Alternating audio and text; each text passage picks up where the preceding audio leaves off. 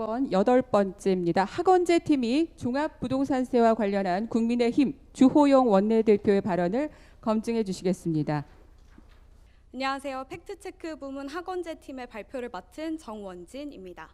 저희 학원제는 교내 동아리의 이름인데요. 언론에 대해 배우고 익히는 장이라는 뜻입니다. 저희 조원 4명은 그 동아리 내에서 가장 수다스러운 TMT 4명이 모였는데요. 그간 모여서 여러 사안에 대해서 수다를 떨면 2~3시간은 훌쩍 지나곤 했습니다. 그 수다를 보다 건설적인 데 활용을 해보고자 이렇게 참여를 결정하게 됐습니다. 초반 저희는 2차 재난지원금을 둘러싼 이재명 경기도지사의 발언에 집중을 했는데요. 저희 전문 멘토님으로부터 해당 발언은 사실보다는 감정에 치우쳐져 있고 따라서 객관적인 사실 검증이 불가능하다는 피드백을 받았습니다. 그래서 새로운 주제를 물색하기 시작했습니다. 보다 시의성 있고 구체적인 공인의 발언에 집중을 했는데요. 9월 8일 국회 연설에서 주호영 국민의힘 원내대표가 종합부동산세를 두고 약탈적 과세라고 칭했습니다. 저희는 해당 발언에 의구심을 갖고 조사를 해본 결과 이러한 야당 인사의 종합부동산세에 대한 부정적인 발언이 계속 있어 왔다는 것을 확인했습니다. 8월 31일 한 언론사와의 인터뷰에서 주호영 대표의 발언을 주제로 선정을 했는데요. 종부세 개정안 통과로 18년 동안 살면 아파트값을 고스란히 세금으로 헌납해야 한다. 부동산 이슈는 2030 사이에서 영글이라는 신조어를 만들어낼 정도로 중요한 이슈죠. 하지만 전문적이기 때문에 다가가기가 어려웠다고 생각을 했습니다. 하지만 그만큼 팩트체크의 필요성을 절실하게 느꼈는데요. 그래서 저희 조가 어려움을 딛고 한번 팩트체크를 해보기로 마음을 모았습니다.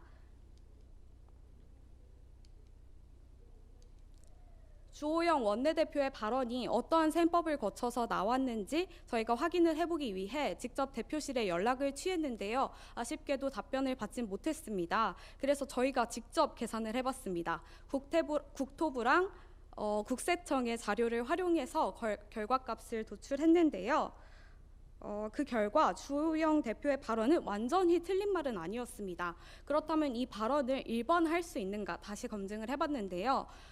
총합 130억 원 이상이 넘는 부동산을 소유한 다주택자, 다시 말해서 전체 종부세 납세자의 0.03%에 해당하는 한정적인 발언이라는 것을 확인했습니다. 따라서 저희 팀은 이러한 주장이 주호영 원내대표의 주장이 대체로 사실이 아님이라는 결론을 내렸습니다. 그간 오랜 시간의 수다 혹은 토론으로 저희 조원의 열정과 팀워크는 확인한 바 있는데요. 따라서 역할 분담은 어렵지 않았습니다. 각자 자기가 할 수 있는 일을 먼저 찾아서 적극적으로 해나가기 시작을 했는데요. 주호영 대표를 포함해서 종부세 개정안을 발의하고 해당 개정안에 대해 발언한 국회의원들을 찾아 연락을 취했습니다. 재차 연락을 취해봤지만 아쉽게도 답변은 받지 못했습니다. 그래서 저희는 자료의 신뢰성을 확보하기 위해서 공공기관의 자료, 법령 등 1차 자료에 초점을 맞췄습니다.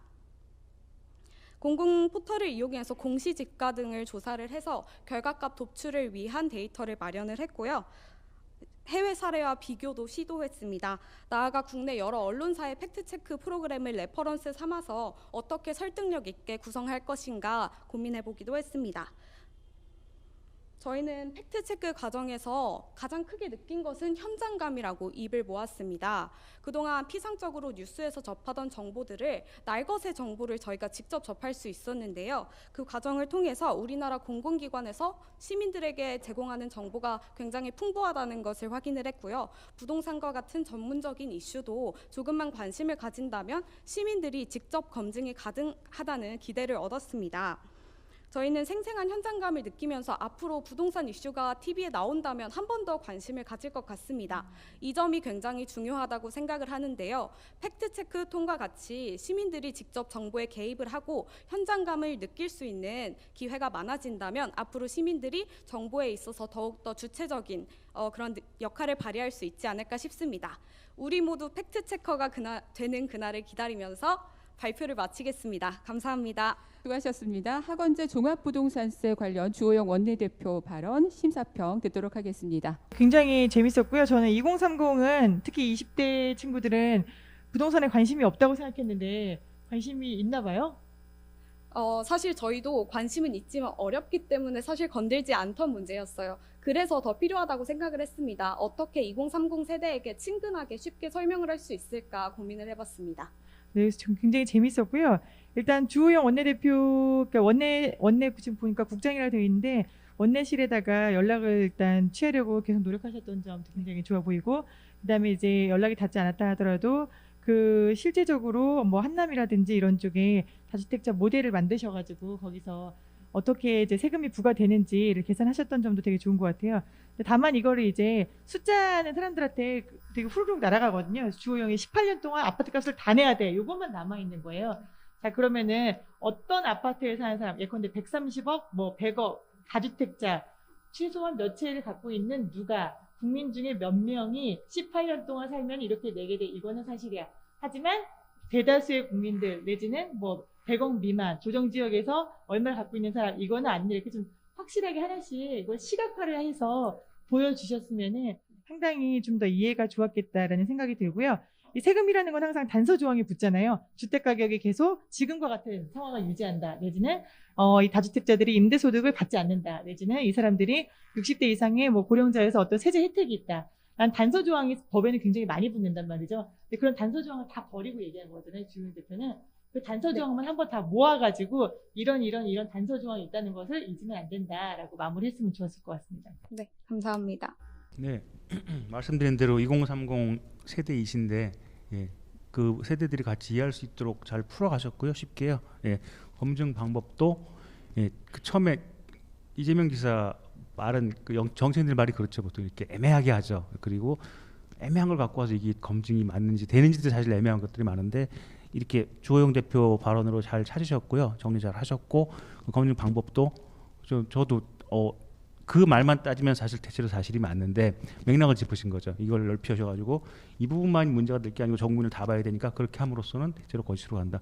결론 도출 잘하셨습니다. 고생하셨습니다. 감사합니다. 네. 조금 그 대체로 사실 아님으로 이제 딱지를 붙이시게 되기까지는 좀 어떤 고민이 있으셨던 거예요? 사실 정말 그 부동산의 변동과 임대 소득 이런 거를 다 차치하고 봤을 때 정말 그 숫자로만 본다면 0.03%에 해당하는 사람들에게는 사실일 수도 있겠다라는 생각이 들어서 그 0.03%라도 배제할 수는 없겠다. 따라서 99.97%에게는 사실이 아니더라도 명확히 사실이 아니라고 결론을 낼 수는 없었습니다. 그러면 대체로 사실이라고 할 수도 있는 거네요. 그 말씀대로. 네, 그렇습니다. 저도 좀 고민이 되는데. 네. 그러니까 그래서 아까 저기 김영순 선배께 말씀하신 대로 그 아까 세제, 그러니까 예외 규정이나 그러니까 조금 더 찾아서 오히려 더 강화시켜, 그러니까 하나로 자신 있게 딱지를 붙일 수 있는 거를 더 내용을 더 붙여줬다면 아마 더 자신 있게 고민할 때 이거 있으니까 이게 반론이 있으니까 더 밀어붙여도 돼라고 할 수도 있을 것 같고요. 저도 사실 부동산 잘 몰라서 그런데.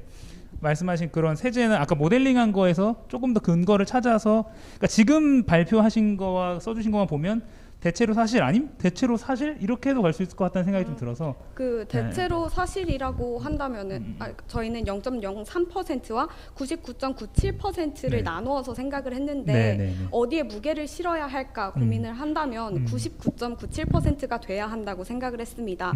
따라서 0.03%에게 대체로 사실일 수도 있지만 네. 저희는 보다 큰 비율에 집중을 하고 싶어서 대체로 사실이 아님이라고 결론을 내린 것 같습니다. 네, 알겠습니다.